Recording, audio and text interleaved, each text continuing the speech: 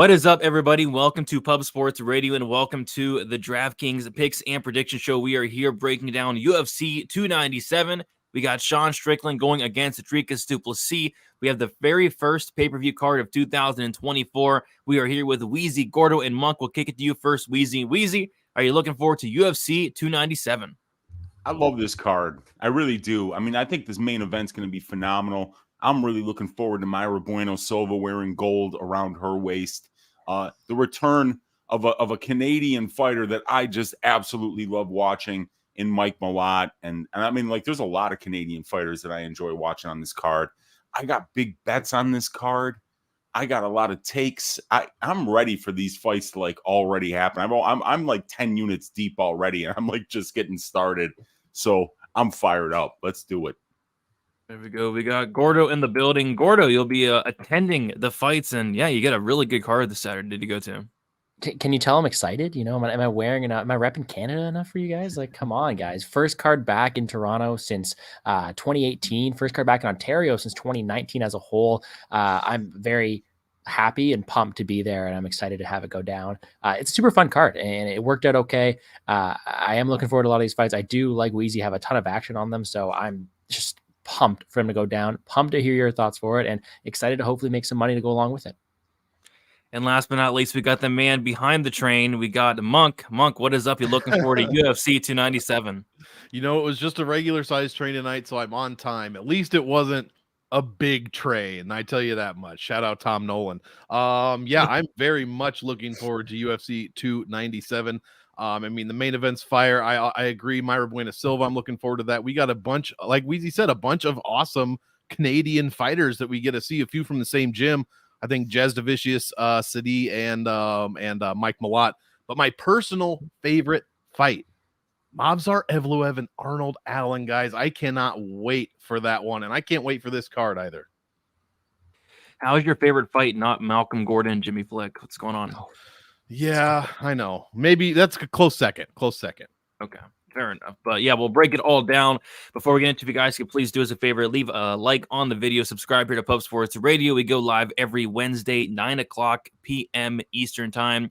And as always, we're going to start with the fight to target, and we're going to kick it off to our Uncle Weezy. Weezy, what is your favorite fight to target for UFC 297? Yeah, I picked two. I want to leave you guys something here. So I'm actually going to say Sam Patterson versus Johan Leones. Guys, this is a really weird situation because it's minus 650 for the fight doesn't go to decision on this fight. You know, I mean, you're talking somewhere above 83% implied probability that the bookies think that this one finishes inside the distance. Sam Patterson right now, I mean, like, this guy's chin is being, compared to Jason Witt and Phil Hawes right now.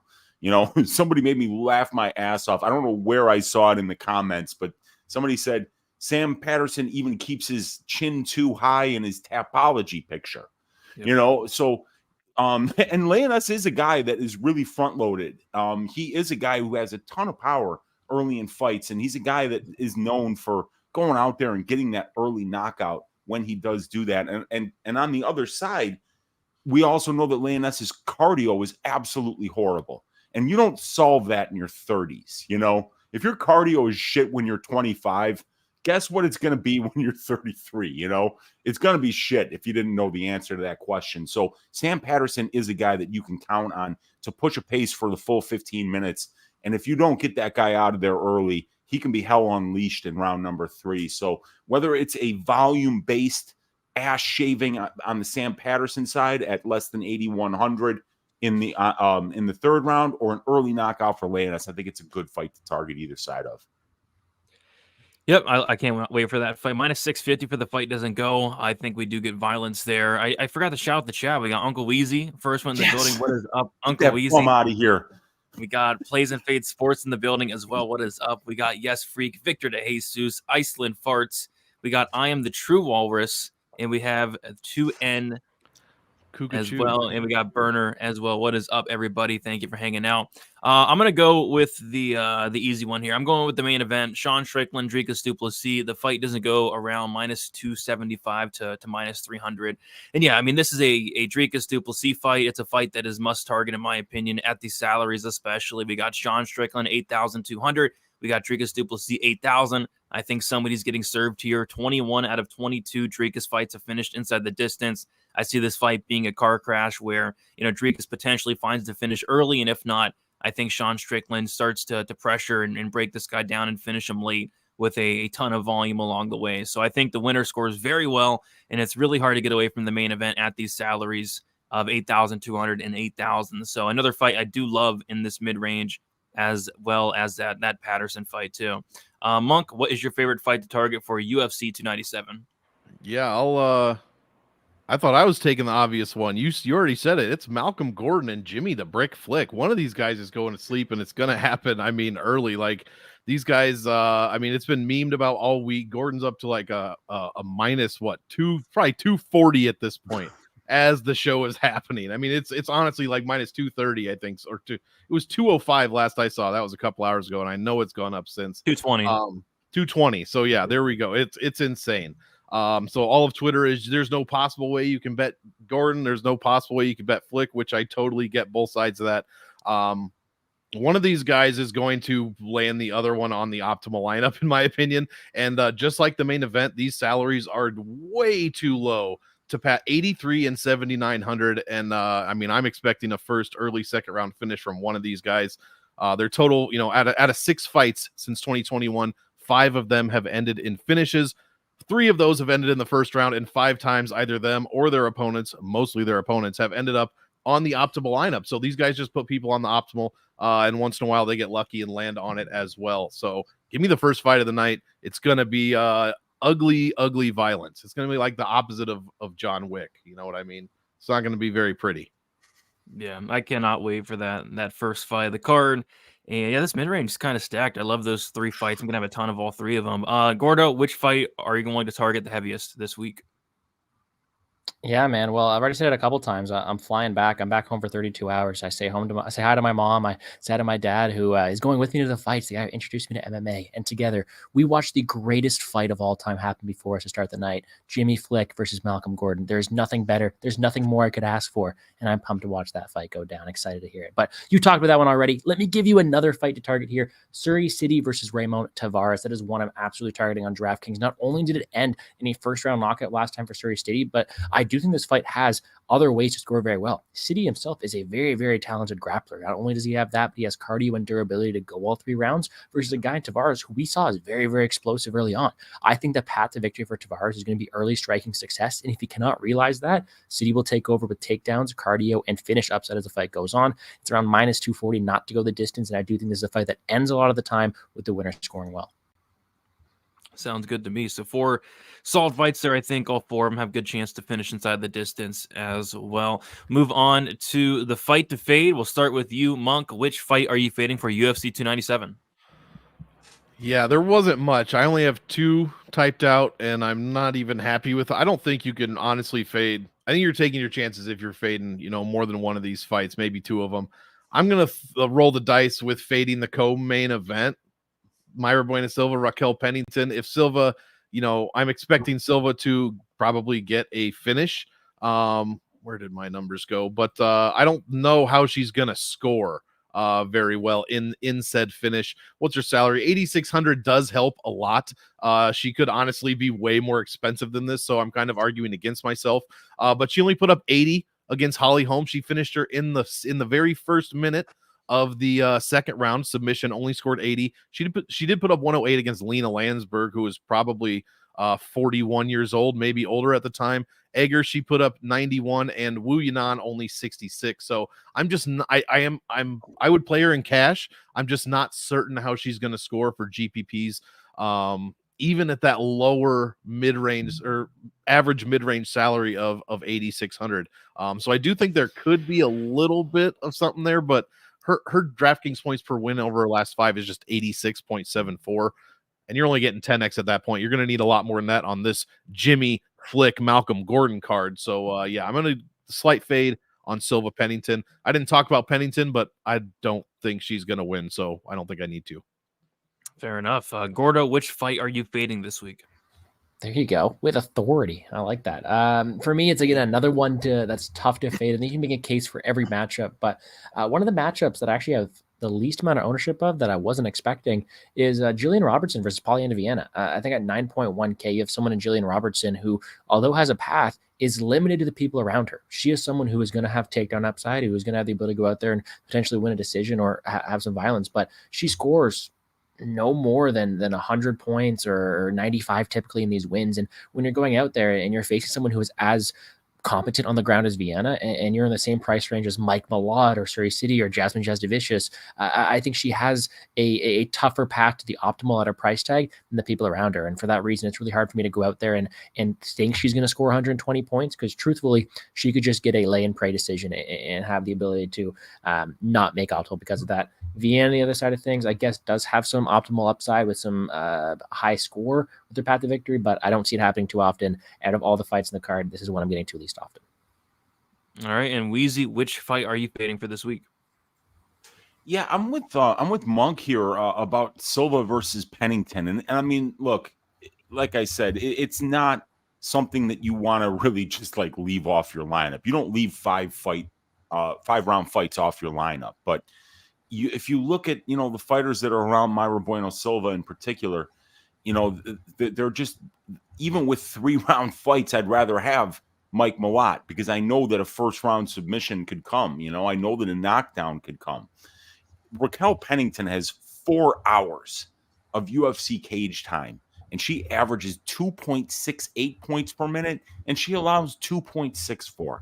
So that's a below average pace.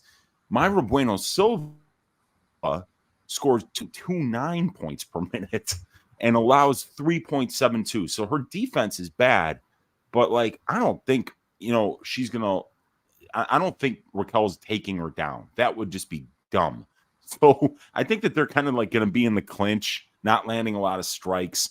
So I think that even though both of these ladies have good floors this week, in terms of upside, I just don't think the kind of upside that you'll normally see in a 5-round fight is there. So I think it's something that you can be a little bit more under-owned to this 5-round fight than you normally would be. Yeah, I mean, we talked about a lot of mid-range fights I like. The fight that I don't love in the mid-range is going to be Chris Curtis, Marc-André Barriault. Chris Curtis is a very slow starter. I think if he does win this fight, it's actually either a decision or a late finish. Marc-André Barriault, this guy has 22 fights, only been knocked out once. I think I'm kind of more so leaning towards decision, and I don't think Chris Curtis has the best volume. So I think if Chris Curtis does win, I just think there's guys around him with a lot more upside. I guess Marc-André Barriault in a win, I guess he has some upside with the amount of volume he does throw, but a lot of people don't really think he's going to win. So I'm not in love with that fight, but there's not really a fight I want to go out there and outright fade this week, I'd say. Moving on to the fighter to fade, we'll start with you, Weezy. Weezy, which fighter are you fading for this week? What fighter am I fading? I am fading Johan Leones. And there's definitely a chance that Johan goes out there and sparks Patterson early. But if that doesn't happen, the pace that this guy fights at, it not only is going to lose him the minutes of the fight, but also his chance to score anything of significance goes down exponentially every minute that the fight goes on. If Patterson's chin holds up at 170 pounds, better than it did at 155 when he was cutting that ridiculous amount of weight at 6'3" to make 155, I think Leones has virtually no chance to win this fight if the durability of Sam Patterson gets better because of the move up in weight classes. So I'm kind of fading Leones, but not, I mean, at least in my cash lineups, because I like Patterson here quite a bit, but Leones does have some upside that you have to be aware of. Yeah, upside in those first 5 minutes, but I agree if it gets past 5 minutes, he's toast. Man, I'm gonna go out on the limb and say fading Jasmine Jasdavicius. I think she wins. I think she's safe to win, but I just kind of have concerns about her upside. She has the second worst finish rate on the card. She's going against Priscilla Ketchacheating, who's next level tough, next level durable, and I'm not convinced Jasmine's going to get her out of there. And I feel like a ceiling win for Jasmine could look a little bit like the Fernandez fight, where she did go out there and score like 105. But, I kind of see Jasmine getting the fight down to the mat and just controlling Priscilla Cachoeira across 15 minutes. I like some other fights a little bit better than Jasmine. I like Mike Malott there. I think City is up there as well for me. So going to be fading Jasmine for the most part. Oh, and I like Jillian Robertson too, actually, quite a bit for $400 less. I think she has a solid matchup too. So I think she wins. I think she scores good, but I like other fighters around her. Monk, which fighter are you fading for this week? Well, I'll see you on that limb, and I'll go even further because this is borderline insane. But I'm going to fade Movsar Evloev this week at $8,700. Look, I know you don't have to tell me about the DraftKings scoring. He's been crazy. 4 of 4 in his last four fights in his last or what am I trying to say? He's made optimal 4 times in his last 4 fights. I should say that.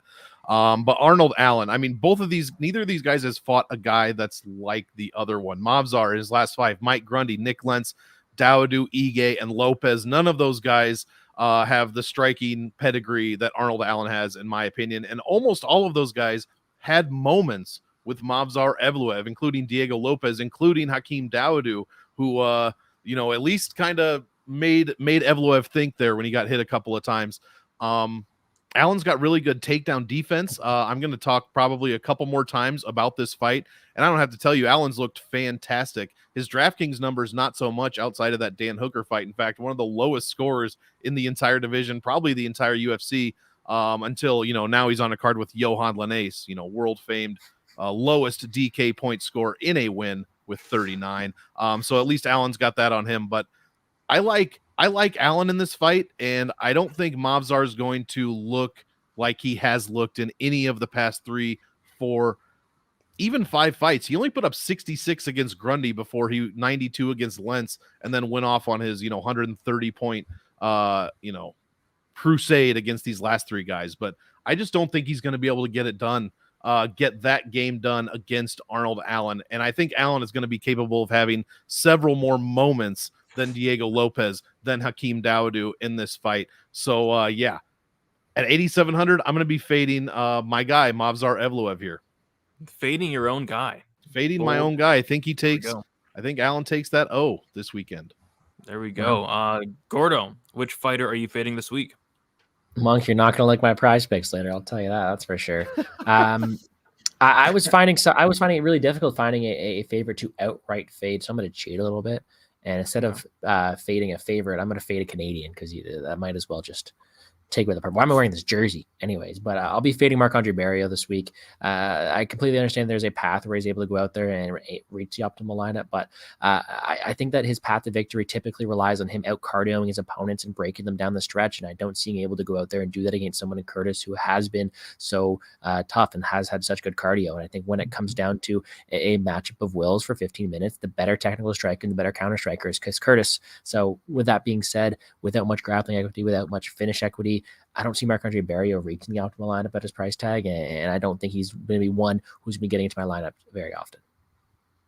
Fading another Canadian. What's the problem, Gordo? I'm broken, man. Fair enough. Fair enough. I like it. All right. So we'll go to our favorite underdog. We'll start with our Uncle Weezy. Weezy, what dog is sticking out to you this week? Yeah, before I tell you who my favorite dog is, I just want to highlight something that Monk just said, and it's true, and it's almost mathematically impossible. But yes, Johan Leoness scored 39.91 points in a win on DraftKings. In a decision, win. a 15-minute fight. 15 minutes. Over the 15 minutes before the win bonus, this man scored 9.91 DraftKings points over a 15-minute span. That's less than 0.67 DraftKings points per minute. This year's loser should have to get a shirt with Johan Leoness's face on it, and it says, I scored 39 points in a win on DraftKings. What was the original question? I've lost my place. Favorite dog? Think favorite dog. Yeah. Okay, favorite dog this week.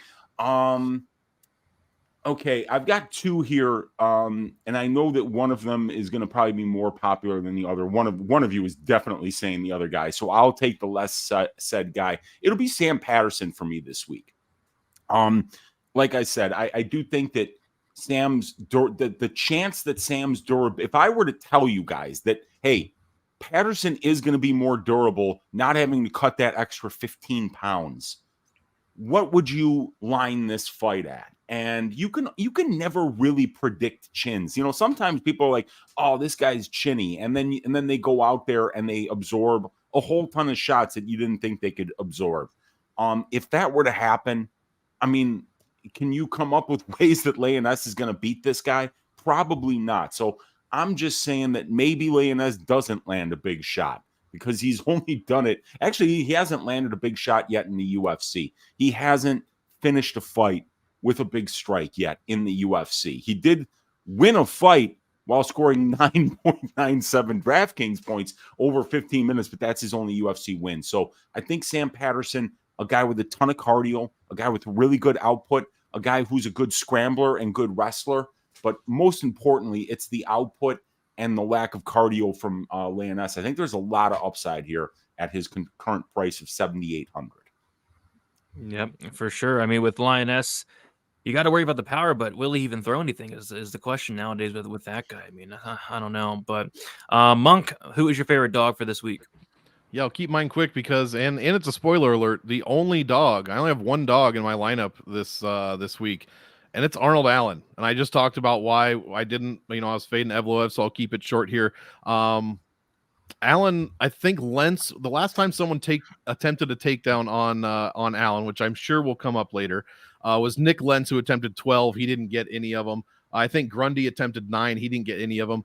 Or no, I'm looking at the wrong guy. So yeah, Lentz and Youssef. Sorry, I think it was Youssef attempted a couple. Maybe it was 9 and didn't get any of them.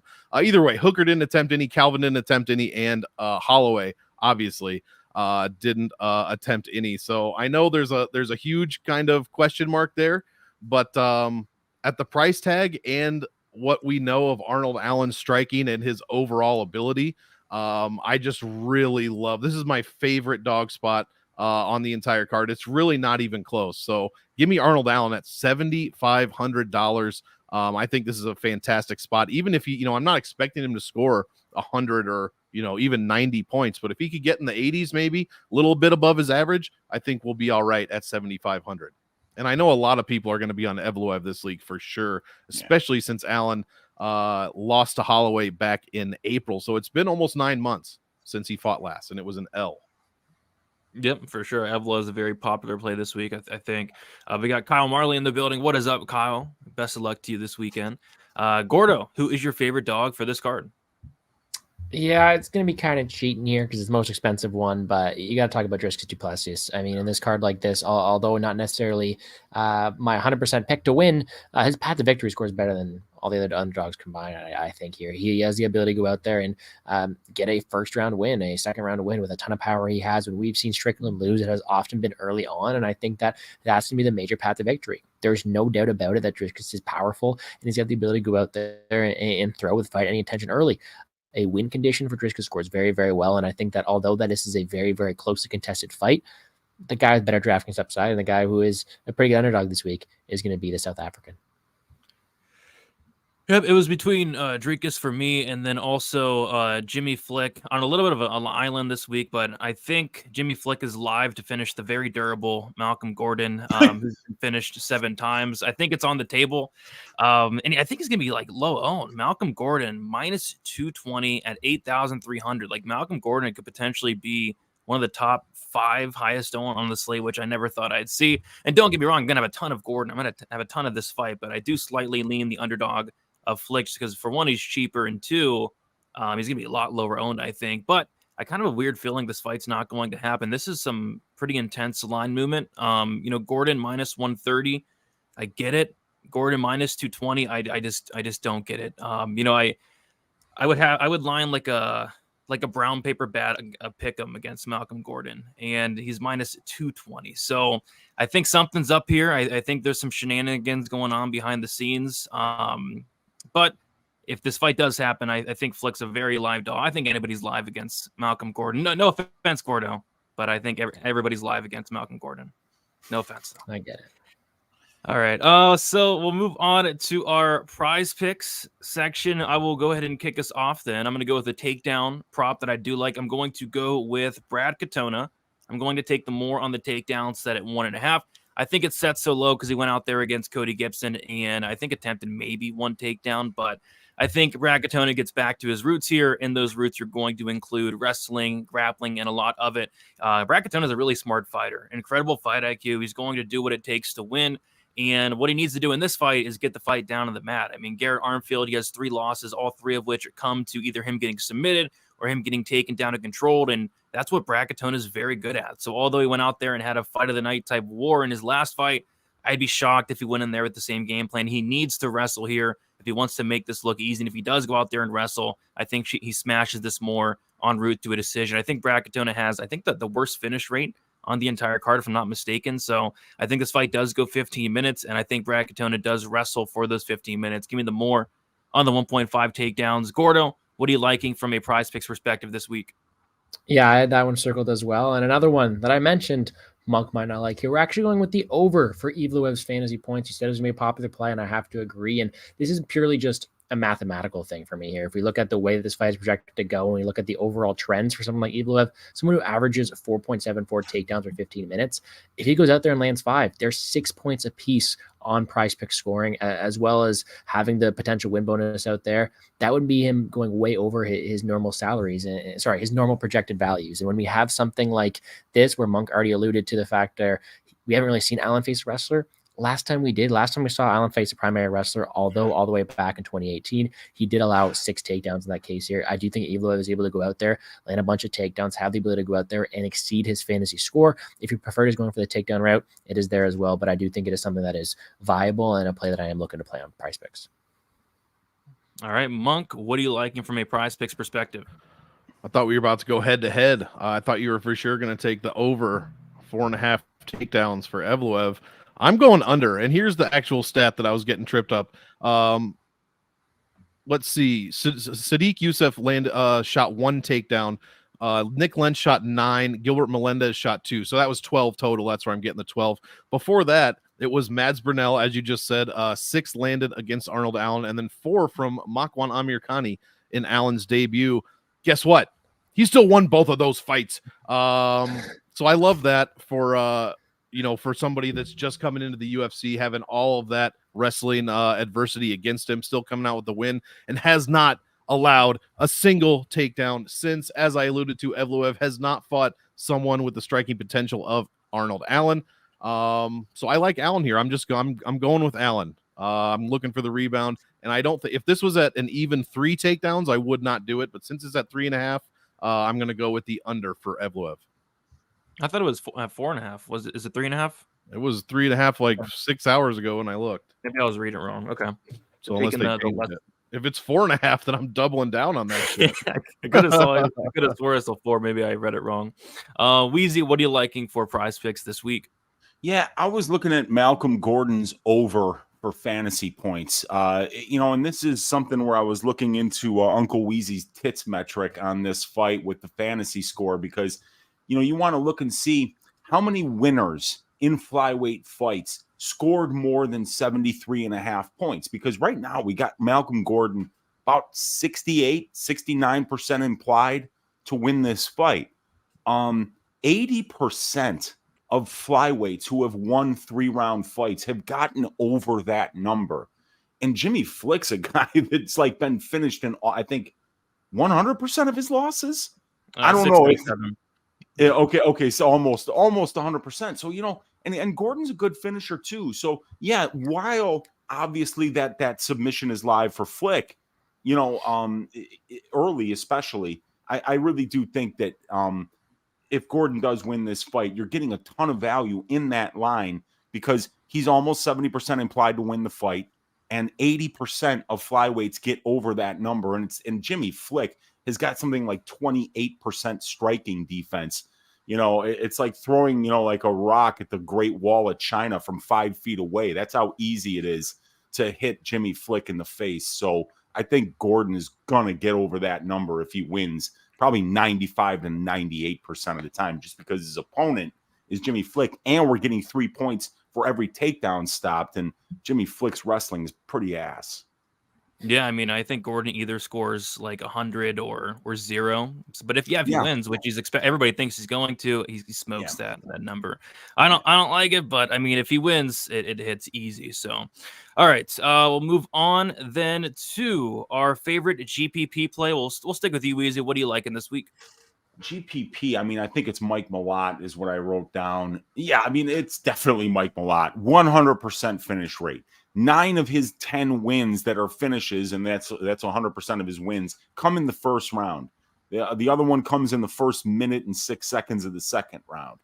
Serious power on the feet. Slick submission game. Front-loaded guy averaging 106.8 points per fight, while maintaining a work rate of 5.02 DraftKings points per minute. I mean, he's upside personified here, fighting in front of the home crowd against an aging Neil Magny. I like this spot for him. You don't need me to tell you that, though. It's an easy pick this week. Oh, I needed you to tell me. I needed it. No, yeah, so I like Robertson here. I think it's a good matchup for her. And by the way, some of these lines are getting wrecked. Like we talked about Malcolm Gordon minus 220. Jasmine's now minus 405. Robertson's now minus 300. Whoa. Charles Jourdain minus 220. Katona 210. Evloev 211. These lines are getting smacked. So that's interesting. But yeah, I mean, I think Jillian Robertson has a clear path to victory here. That's going to be to obviously wrestle Polyana Viana, a 43% takedown defense. I was actually surprised to see it that high because she really doesn't stuff takedowns. She kind of like pulls guard when fighters try to engage with her in terms of getting her down. She has no problem being on her back, and that's going to be a problem here, I think.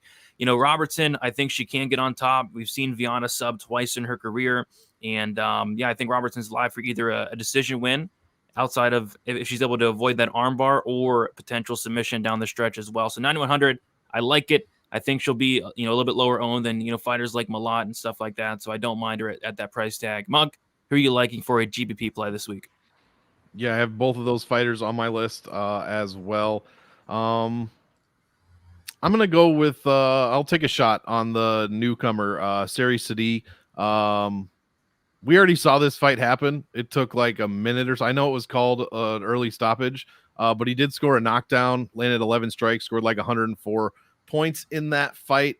Yeah, I what's going to be, a lot of rematches. It's always what's going to be different here. What's going to be different here. If you're telling me you're going to put two guys against each other again, and one of them got knocked down in a minute, I'm going to take the dude that knocked him down in a minute. So, I don't like a lot of the high end this week. So 8,900 for Sadi, I think is pretty good. So yeah, one of my favorite GPP plays this week. All right. And last but not least, Gordo, what do you like for this week? Short and simple. It's Mike Malott this week. Like Weezy said, 100% finish rate. He's going to get it done by striker, by strangle. The one request I have is, why is there an American flag beside his name, man? Come on. He's headlining a card. He is the Canadian prospect. Show him some love there. But no, I do think he has a very high ceiling this week. GPP for sure. He goes out there trying to finish the fight at all time and averaging 107 in his wins. I do think he has one of the highest ceilings on the slate. All right. Speaking of Mike Malott, that's my favorite cash play. 9,300. Yeah, I think I want to say he's safe this week. I do have some concerns though. Like if this fight does get late second round, third round, there's going to be a ton of concerns. But if this is a guy, Mike Malott, 10 wins, all 10 of them coming under 1.5 rounds, 9 of the 10 coming in the first round. And I think he's getting Magny at the right time here. Neil Magny, 36 years old. He just looks fragile in there these days. He's been finished multiple times. He's been submitted 4 times in the UFC, 6 times overall. And like you said, Gordo, I mean, he can knock you out. He can submit you. I think I lean the submission. We've seen Magny tap more often than not in the UFC. So, yeah, I think it's a good spot for him. I think he's, like I said, somewhat safe. And if he does go out there and win, I think it's an early finish as well and a big score. I love some Mike Malott this week. Monk, who's your favorite cash play for this week?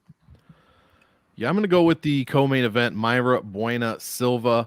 I just don't personally think Raquel Pennington has much of a shot here. And I know her strength of schedule is much, much better, especially in the last 5. Ketlin Vieira, Aspen Ladd, Kieson. The names recently haven't been great. But overall, in her UFC, the way I'm calculating strength of schedule now, it takes into the entire UFC career instead of just the last 5. I think a lot of those come early, like when she fought Andrade twice.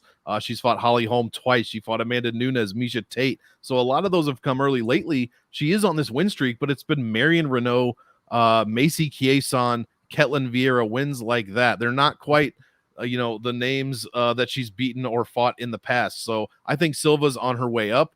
I think Pennington is a good fight to see exactly, we already saw where she was at actually when she beat Holly Holm in that last one, choked her out. So I really like her for cash, especially at that price point, 8,600. Yeah, I'll lock that in for a favorite cash play. MBS, Mayra Bueno Silva.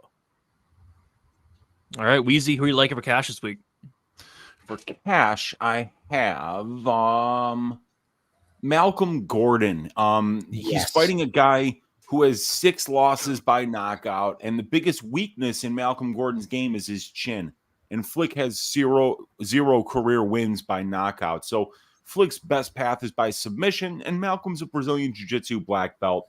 He's only 8,300 this week, but he's minus 220 on the money line. So there's a ton of price value on Malcolm, and there's a ton of finish upside as well for the hometown Canadian fighter, priced only at 8,300, man. I mean, I think he's a really solid play. He's going to be really high owned, and it could absolutely go tits up, ladies and gentlemen. And if that happens, don't blame your Uncle Weezy. Blame Malcolm Gordon. Yeah, I mean, it's never our faults. It's always the fighter's fault. Come on, guys. It's up to the fighters. Yeah. We're just guessing over here. We always laugh before we come on. We have no clue what we're doing, any of us.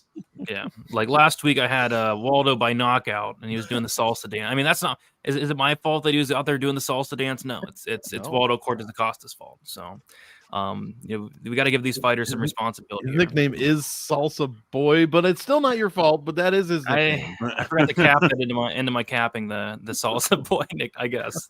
But Gordo, what do you like it for cash this week? Yeah, before I talk about that, the Gordon comments are throwing me off, man. My name's Gordon. His name's Gordon. He's Canadian. I'm Canadian. We look alike. Like everything here is just lined up for us to have. What? You said you look like Malcolm Gordon. Oh yeah, I can't tell the two of you apart. It's ridiculous. Is that what you said? I did, but I was kidding. I was waiting for someone to call me out on that. Okay. You know what? I haven't had my chin tested too often. When I get punched on the ice, I usually got a cage on. But who knows, man? Who knows? Maybe we could be the same guy. But would I trust myself there in a fight? No. If there's anyone that I would trust myself in a fight against, it's someone who doesn't want to be in there. And we'll see how much Flick wants to be in there. I would get my ass beat by Flick. Don't get me wrong. I'm just saying. Anyways, my cash pick this week is Jasmine Jasubicious. Again, simple play. I think I'm taking the easy route way too often this week, but I do think she has a path to victory, handmade for success. I do think she has the ability to go out there, land takedowns at will. I think she'll have the crown behind her. And although, like you mentioned, Cachoeira is extremely tough, I wouldn't put a finish by her. I think she has the ability to go out there and get dominant position, have the ability to go out there and look for finishes. And I think that with the crowd behind her, I would not be surprised she's able to get one there. With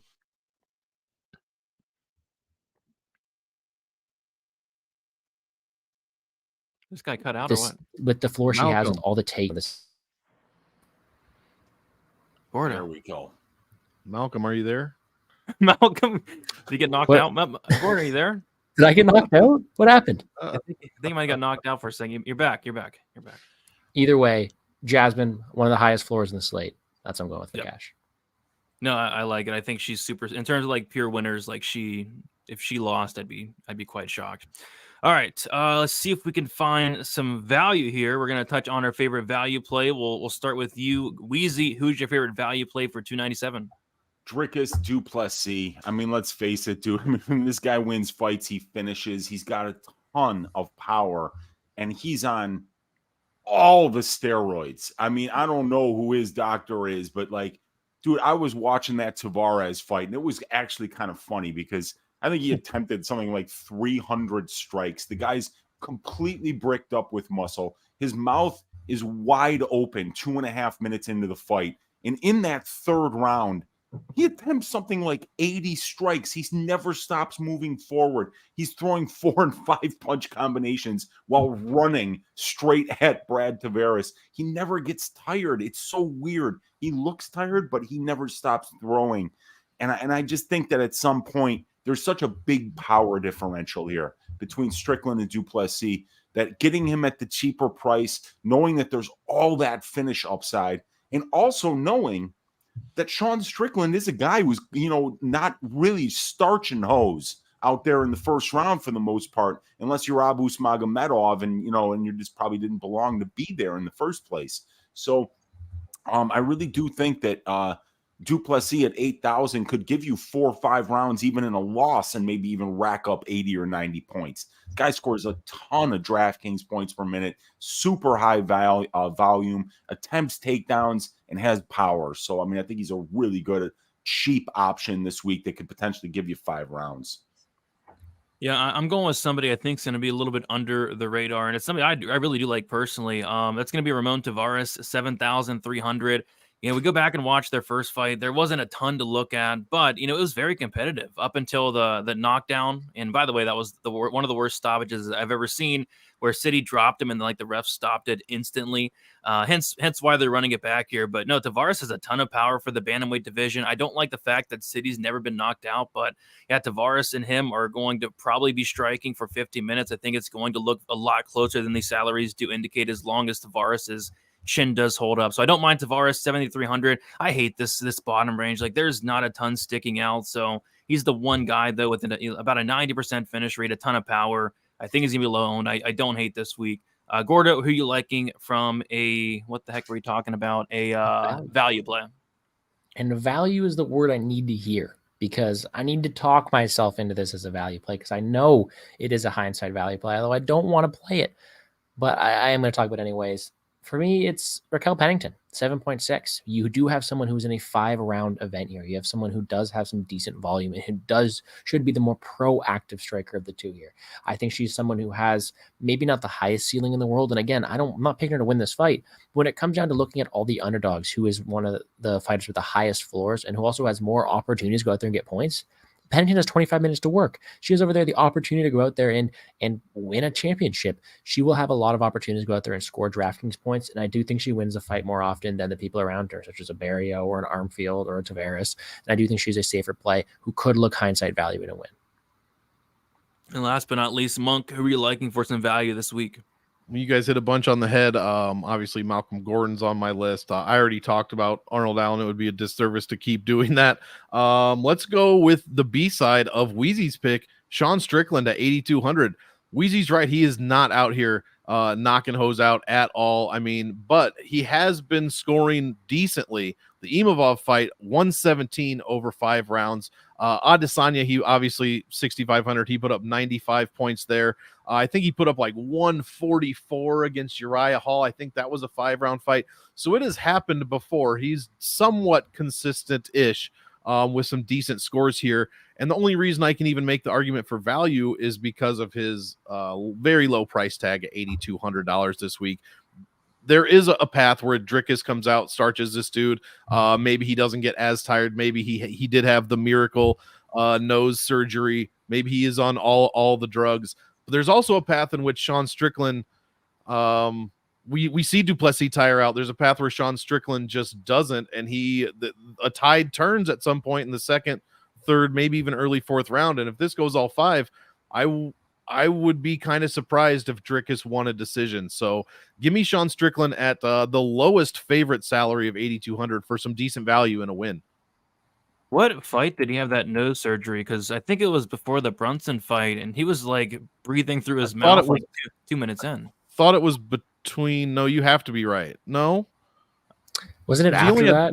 He only had 3 months Whitaker. between Till and Brunson, and then he only had 4 months between Brunson and Whitaker. I thought it was between Brunson and Whitaker, but I don't remember. Yeah, I don't know I either. thought it was after the Brunson fight too.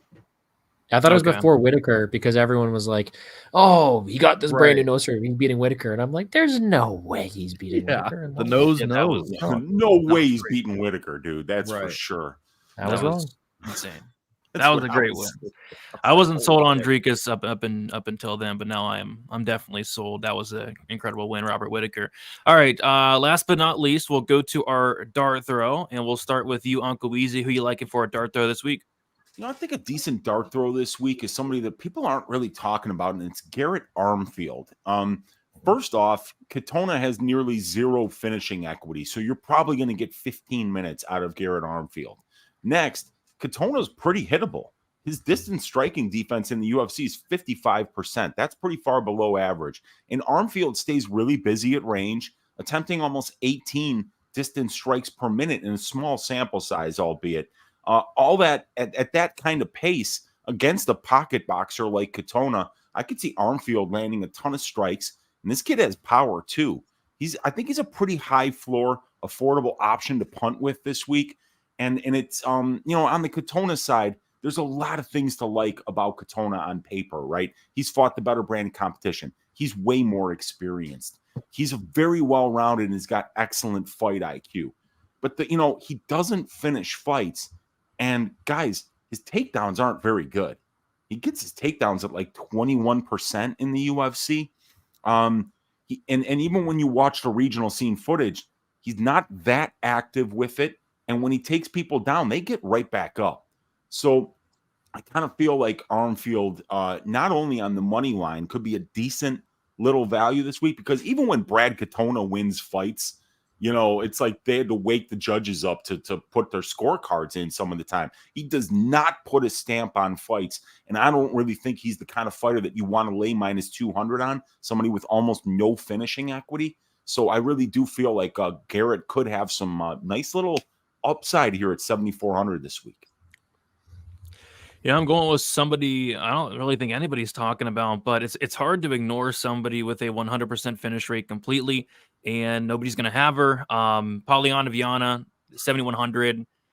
And yeah, I like Jillian Robertson in this fight a lot, but I mean, if Viana wins this fight, it's probably a first-round armbar, or it's probably a first-round knockout. She has power on the feet. We've seen Robertson knocked out before. We've even seen Robertson submitted before in the UFC as well. So Viana, terrible minute winner, never won a decision, probably never will. If she does win this fight, I think it's another finish. Tough ask, but at low ownership, 100% finish rate, I don't hate some sprinkles on Viana this week. I don't hate it. Gordo, who do you like for a dart throw this week? Yeah, there's a few options. You already mentioned Jimmy Flick, which I think is the dart throw this week, truly. Let's go with someone we haven't talked about yet. Sean Woodson, 7.2K. Again, the Canadian Superboy here in Charles Jourdain. I'm not picking against him here, but what I am saying is we do have ourselves the potentials for a very competitive 15-minute striking affair, one where Sean Woodson is going to have a heightened reach advantage. And although Jourdain is entertaining, the guy who I think has the more direct shot, the straighter punches here is going to be someone like Sean Woodson. He's someone who could cause problems for Jourdain. Now, Jourdain does have more finish equity, will the crowd behind him, but we've seen Sean Woodson have the ability to go out there and land a ton of volume before. In his last 3-round decision, in a loss, he's scoring 77, right? In a loss against Zalal, 30, maybe not great, but he's put up 54 in a loss before. He is someone at 7.2K who could have the potential to go out there, throw a ton of volume, and fight really close to Canada's darling and be a pretty good underdog at 7.2 on a card without really many notable underdogs. Yeah, definitely tough for underdogs this week, I think. Monk, who are you liking from a dart throw perspective? I thought I was being sneaky with Sean Woodson. I was like, there's no way Gordo's going to pick against Jourdain here. But it's right. Almost every boy, man. That's true. Almost every fight, I think, has a Canadian on, so it would have been pretty hard to stay away. I'm going to go with Johan Lanez. Yes, he is a favorite here, but me personally, he is a dart throw because of the fact he scored 39.91 points in a win. Guys, in the fight before Darian Weeks in that win, he fought Gabe Green.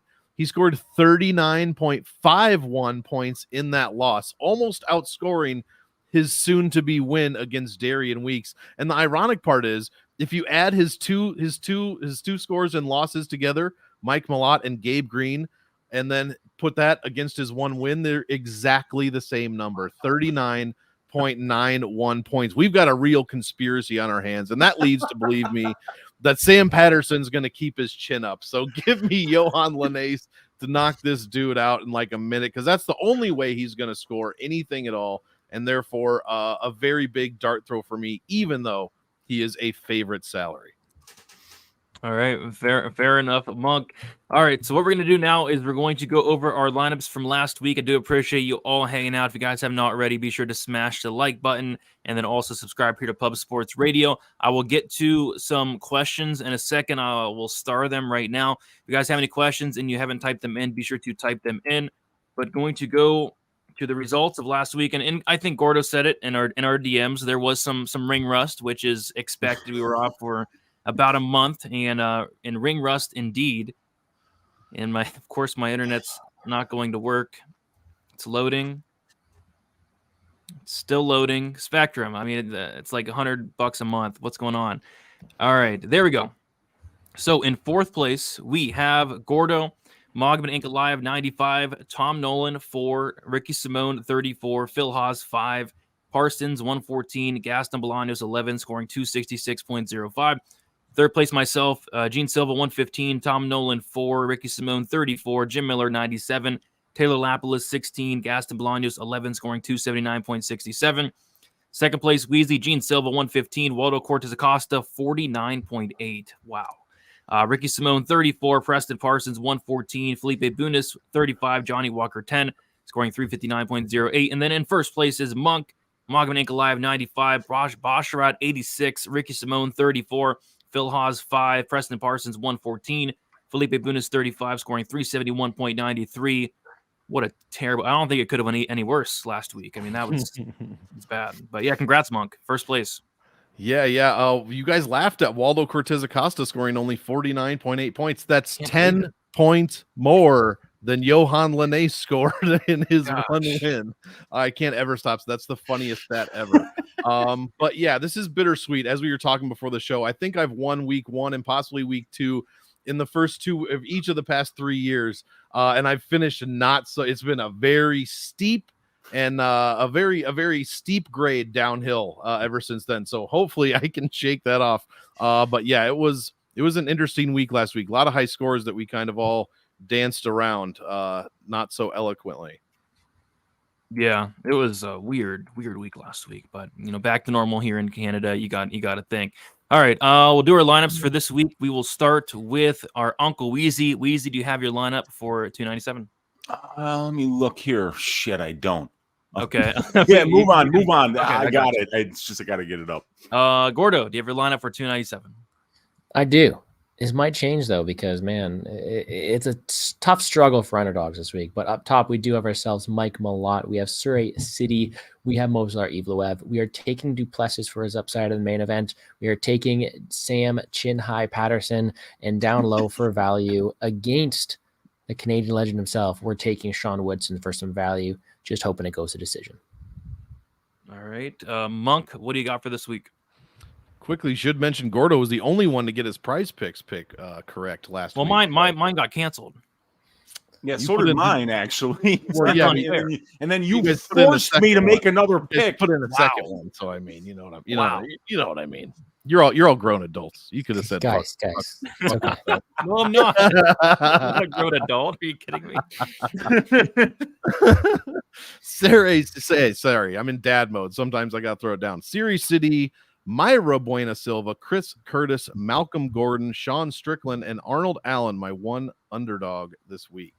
Living in the mid-range. There we go. Looks like we're going to be real different, Monk. We have 0 the same. Yes, so that's what I love to hear. One of us will. I'm going pretty off the wall here. I'm going Mike Malott up top, Jillian Robertson up top, Dricus Du Plessis, Jimmy Flick, Sam Patterson, and then Ramon Tavares down low for my pump play. Weezy, what do you got for this week? Yeah, we've got similar lineups. I've got Malott. I've also got Jillian Robertson. I've got Dricus Du Plessis, Sam Patterson, Garrett Armfield, and Malcolm Gordon. So four the same there. There we go. I left some salary on the table. I think this is probably the most I've left on the table ever. So we'll see if that works out. All right, time to get to some comments. We got Plays and Fade Sports says, has it started yet? It has. I don't know if I should pull up this comment. Something about stab. I don't know if you're allowed to talk about stabbing on YouTube. So I don't know if I'll talk about. Sean's done it all week.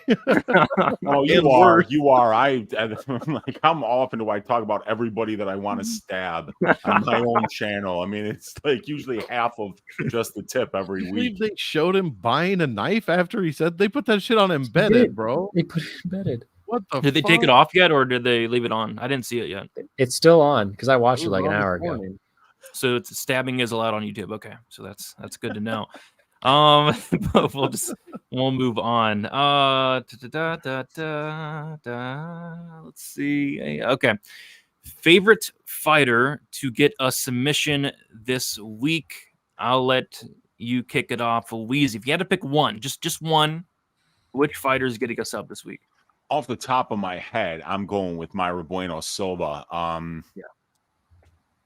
Yeah, I mean, you could really see a Gordon Flick sub as well.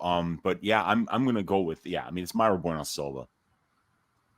Yeah, Silva would be it, but to give somebody different, I think Jillian Robertson's live to be the third person to sub Viana in the UFC. Gordo, outside of Silva and Robertson, anybody else you see getting a submission this Saturday? I think the two big name Canadians are upside for it. Malott against Magny as expected one, but also Jourdain versus Woodson if Woodson keeps sticking his head in places he shouldn't. Yep. I don't know how I completely forgot about Malott. Malott, yes. Yeah. I think that's live. And then Monk, outside of Malott, Jourdain, Robertson, and Silva. Anybody else you see potentially getting a sub? Gordo cheated. He took both of my last two that I had. Yeah, and I only said take one. Come on, Gordo. What's going on? Yeah. Malcolm Gordon can do what he wants. Okay? Rule breaker, this guy. Rule breaker, man. Chris Curtis by submission. That's what Monk's going with. The guy never attempted one in his career. As you're about to hear, I have three subs. It's probably Malott number one. I'll rank Malott, Robertson 2, and then as Gordo said, Woodson there. You mean Jourdain, right? Jourdain, sorry, Jourdain. Yeah. Well, you want another one? You want another one? I'll give you another one. Sure. I have Surrey City getting a submission at plus 650. Dang, okay. He is more of a ground fighter despite the knockout last time, and I think if there is some adversity on the feet round one, he takes it to the mat and has some success there. A little sneaky action. I'll give it I mean, Sam Patterson can get a freaking. I mean, this guy can get a sub as well. Especially a late sub as well. Brad Katona. Okay, fine. I'll give another one. Johan Linace is going to wipe the. He's going to rip this dude's head off with a guillotine. With a sub? Oh gosh, no. He's going to double his best score with just the sub. No strikes landed. Nothing. Flick could a lot of people can sub here outside of Chris Curtis. I don't see that. Katona. Katona could potentially sub. Yeah, lots of submission opportunities. It looks like on this card. Jimmy Flick. You're right. It's going to be knockout. You're right. How crazy would that be? Jesus Aguilar, Malcolm Gordon. So yeah, we talked about a lot of submission opportunities there. We got Clint in the chat. What is up, Clint? Hopefully you're doing well. Looking forward to some fights. Looking forward to your girl, Jillian Robertson. I think you have a bet on her as well, so I like it. And I'm sure you beat a lot of linemen because she's minus 300. It's getting steamed, yeah. Everything's getting, like Uncle Weezy likes to say, juiced to the tits. My gosh. All right. So without any questions left, we're going to do our quick picks. As always, on here at Pub Sports Radio, we expect the pick, we expect the round, we expect the method, and we'll start with our Uncle Weezy. Do you have your quick picks ready to go? Damn right I do, man. We got Sean Strickland winning by 4th round knockout. We got Uncle Weezy's ass shaving of the week. Mayra Bueno Silva to win by 2nd round submission. We got Mike Malott to win by 1st round submission. Chris Curtis by decision. Movsar Evloev by decision. Brad Katona by decision. Charles Jourdain, 3rd round knockout. Surrey City by decision. Jillian Robertson by decision. Sam Patterson, 3rd round submission. Jasmine Jasdavicius by decision. Gordon by 2nd round knockout. All right, Gordo, what do you got for this week for quick picks? Yeah, I don't mind that. You're going to hear a few Canadian names. Let me tell you that for sure here. We're taking Malcolm Gordon by KO 2. We are taking Jasmine Jasdavicius actually to get a round 2 KO, ground and pound. We're going to take Johan Linace KO 1, Jillian Robertson decision, Surrey City sub 3, Charles Jourdain decision, Brad Katona decision, Movsar Evloev decision. And then picking against the only Canadian on the card here that I will pick against, Chris Curtis decision, Mike Malott sub 2, Bueno Silva sub 3, and Strickland KO 4.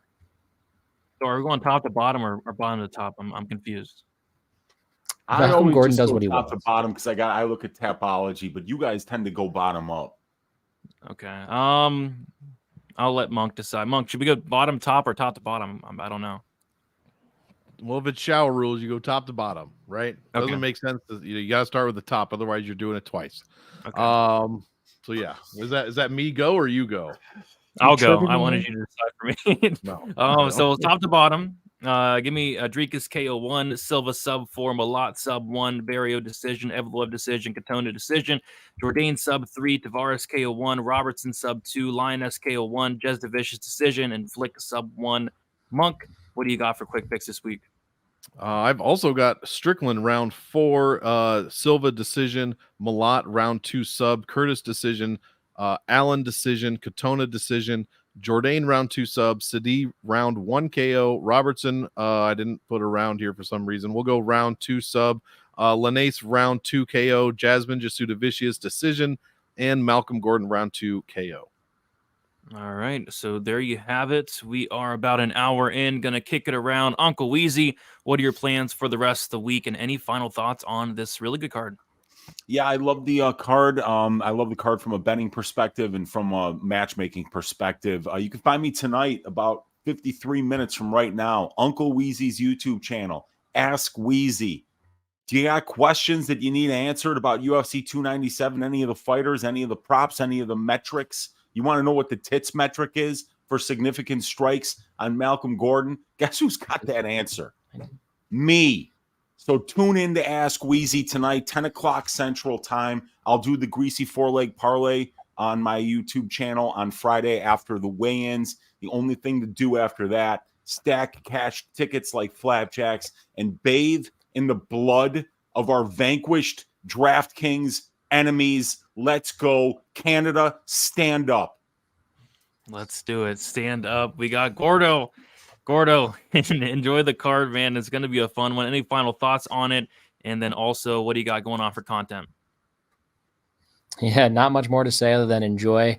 I'm really much looking forward to it. So I hope it delivers. I will be there cheering louder than anybody else. Look for me in the crowd. I'll try my best to stand out. Yeah, I'm Malcolm Gordon, baby. All right. Aside from that, you can find me on YouTube at Plays and Fades Sports, on Twitter at Gambles Gordo. My full card breakdown is now out. I also posted a free bet with a pretty detailed breakdown. I think I got carried away by how much I typed, but it's on my Twitter as well for the free bet there. And I will be posting a best bets video sponsored by Cool Bet out tomorrow as well. So show some love and best luck. Enjoy the cards. Let's go Canada. Let's go enjoy it, Gordo. Hopefully a lot of these Canadians come through, which they will. I think a lot of them will. We got Monk. Let the people know where they can find you. And then also final thoughts on this card. Yeah, I'm really excited for this card. I think it's a great pay-per-view. And I don't even think, I think the 2 next ones, probably the 3 next ones, if I can count, are going to be even better. So this is just a nice first step to break us off for 2024. So I do like that a lot. You can find me, let's see, a Monk and Loose happy hour on the MMA Engine tomorrow night, 11 p.m. Central, 12 a.m. Eastern time on Friday. Other than that, man, I'm just, like I said, looking forward to this one and still plugging away on my data here. And then hopefully I'll get that done and we'll have much more content coming down the pipe soon. There we go. Yeah, I mean, 298 is going to be fun. 299 is incredible. And then UFC 300 is starting to look incredible as well. So we have some really good pay-per-views coming up. But I think this is a good one as well. I have some content on my channel right now. Did a Prize Picks video, a DraftKings video. And then I'll be getting out some more videos later in the week. Live Friday for Final Thoughts. Saturday for Best Bet. And outside of that, enjoy the card, guys. Best of luck. Like on your way out. Subscribe to Pub Sports Radio. And we'll talk to you guys very soon. See you later.